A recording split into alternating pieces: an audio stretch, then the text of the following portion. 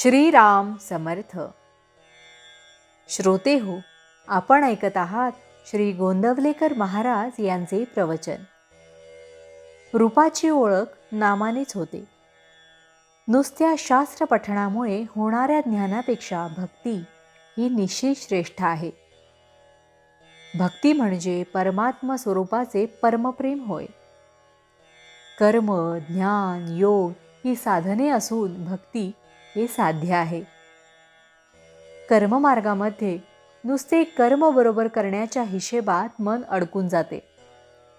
म्हणून नुसता कर्ममार्गी कर्मठ आणि जड बनतो आणि त्याला भगवंताचा विसर पडतो. योगामध्ये वृत्तींना आवरून धरण्याची खटपट करावी लागते. वृत्ती शांत झाल्या म्हणजे मन शून्याकार होते. वृत्ती आवरण्याला भगवंताचे प्रेम असेलच असे सांगता येत नाही. ज्ञानमार्गामध्ये आत्मानात्म विचाराला प्राधान्य असल्याने तिथे बुद्धीच्या सामर्थ्यावर फार भर असतो. पण मायेचा जोर फार विलक्षण असल्यामुळे साधकाला ती केव्हा फसवेल याचा नेम नसतो. ज्ञानमार्ग फार कठीण आहे. ज्ञानमार्गी माणसाला अभिमानाची बाधा लवकर होते. माझे मतच तेवढे खरे असे तो धरून चालतो. ज्ञानी मनुष्य जगताला मायाकार्य मानतो, म्हणजेच जगत मिथ्या आहे असे तो समजतो.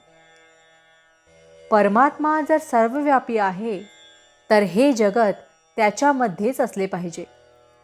म्हणून भक्त या सृष्टीला मिथ्या न मानता भगवंताची लीला समजतो. त्याला या सृष्टीमध्ये सर्व ठिकाणी भगवंताचा महिमा, त्याचे विभूतिमत्व आणि त्याचा आनंद भरलेला दिसून येतो. सृष्टीमधले सौंदर्य, माधुर्य, मनोहर भाव, पावित्र्य आणि प्रेम पाहून जीव मोहित होतो. पण सृष्टीमधल्या विभूती रूपांची उपासना करून जीवाची तृप्ती होत नाही.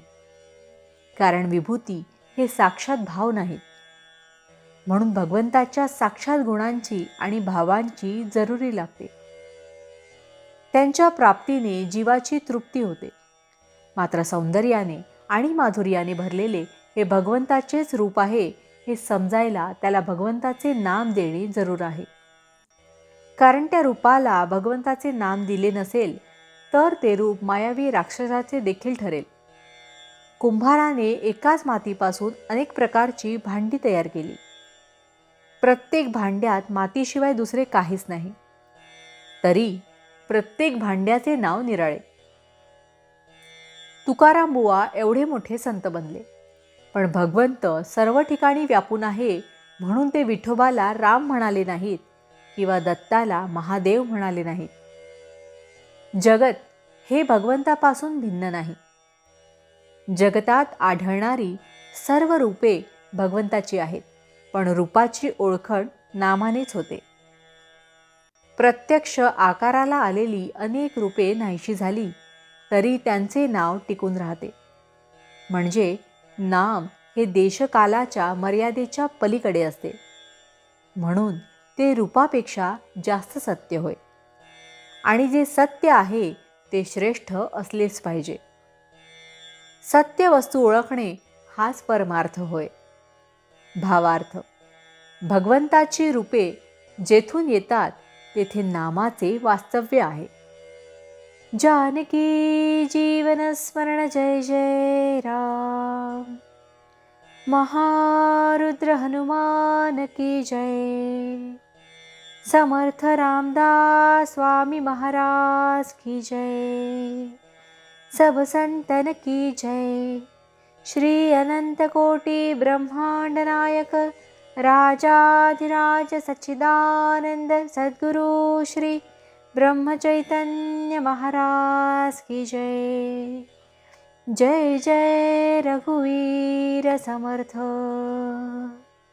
आता आपण 13 वेळा नामस्मरण करूया.